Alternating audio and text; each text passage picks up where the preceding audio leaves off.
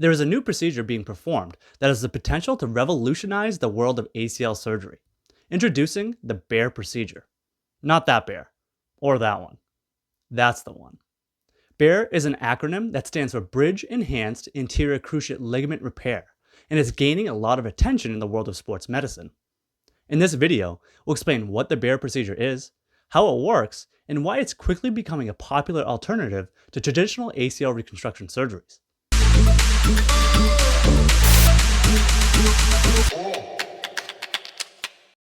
The BEAR procedure is a minimally invasive surgical technique used to repair a torn ACL.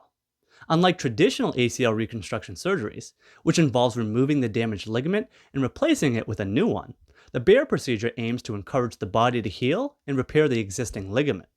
During the BEAR procedure, a surgeon will first remove any damaged tissue from the torn ligament.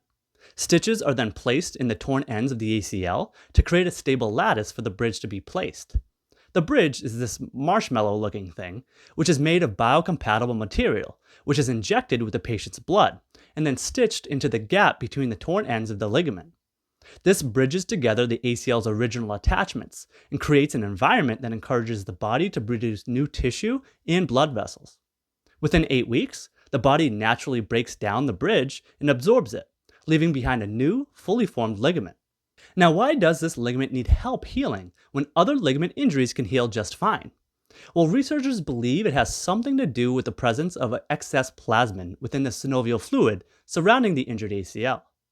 Plasmin is an enzyme that plays a key role in breaking down blood clots and other extracellular proteins through a process called proteolysis, which is important in promoting tissue remodeling and removal of damaged tissue. However, excessive plasmin activity can be detrimental to tissue health, as it can contribute to tissue damage and degradation. Several studies have shown higher levels of plasmin in the knees of those with ACL injuries compared to healthy controls. It is this high concentration of plasmin within the knee joint that is thought to prevent the natural bridging of the ACL, and as a result, the ACL does not heal on its own. So why is this BEAR procedure such a big deal? Well, one of the big benefits of the BEAR procedure is that it is less invasive than traditional ACL reconstruction surgeries, which commonly harvests a portion of the person's patella tendon or hamstring tendon to be used to reconstruct the injured ligament. This is called an autograft. These procedures commonly result in graft harvest site pain and persistent weakness of the quadriceps or hamstring muscle, which can last years after surgery. Now, there is an alternative option to autografts, which requires the use of a donor ligament, termed an allograft, but these grafts have been shown to have higher re-rupture rates in younger patients, so not a great choice for someone that is planning on returning to sport.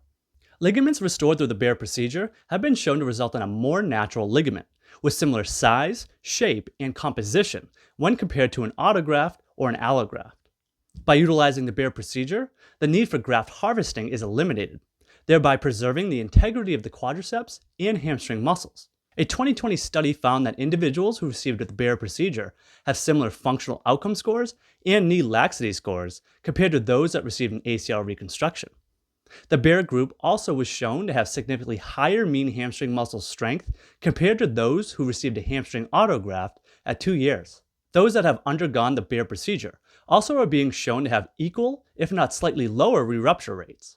Revisions of the BEAR procedure in the event of a re-rupture are also much less complicated compared to traditional ACL reconstructions. Unfortunately, not everyone qualifies for this type of procedure. Because the repair requires active cellular healing of the injured tissue, the procedure needs to be done within 50 days of the injury, before the injured tissue breaks down and is unsuitable for the procedure. There must be sufficient ACL tissue remaining to bridge together, so larger tears or tears that are closer to the ends of the bones are less likely to heal properly. There are also some notable differences in the rehabilitation process after a BEAR procedure compared to traditional ACL reconstructions, which reflects the different biological mechanisms involved in the healing processes in the two surgeries. For the BEAR procedure, the rehabilitation protocol is much more conservative overall, with longer weight bearing and range of motion restrictions, as well as knee bracing requirements early on, which results in a prolonged recovery time. When all is said and done, rehab after a BEAR procedure is about 3 months longer than that of an ACL reconstruction, with many returning to sport over 12 months after surgery versus 9 months for traditional ACL reconstructions. However, The optimal time to return to sport varies depending on the individual's specific condition, rehabilitation progress, and sport demands.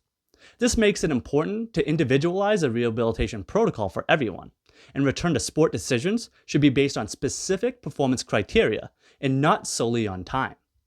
We provided a bare protocol and a standard ACL reconstruction protocol in the description for comparison.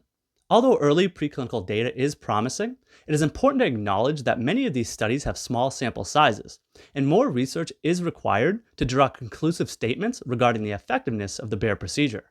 To recap, the bare procedure offers a less invasive and potentially more natural alternative to traditional ACL reconstruction surgeries. By promoting healing and repair of the existing ligament, the bare procedure eliminates the need for graft harvesting and preserves the integrity of the quadriceps and hamstring muscles, resulting in less pain and loss of muscle strength. Not everyone is a candidate for this procedure, and a strict rehabilitation protocol must be followed. While early data is promising, future research is necessary to establish the effectiveness and potential risks of the bare procedure fully.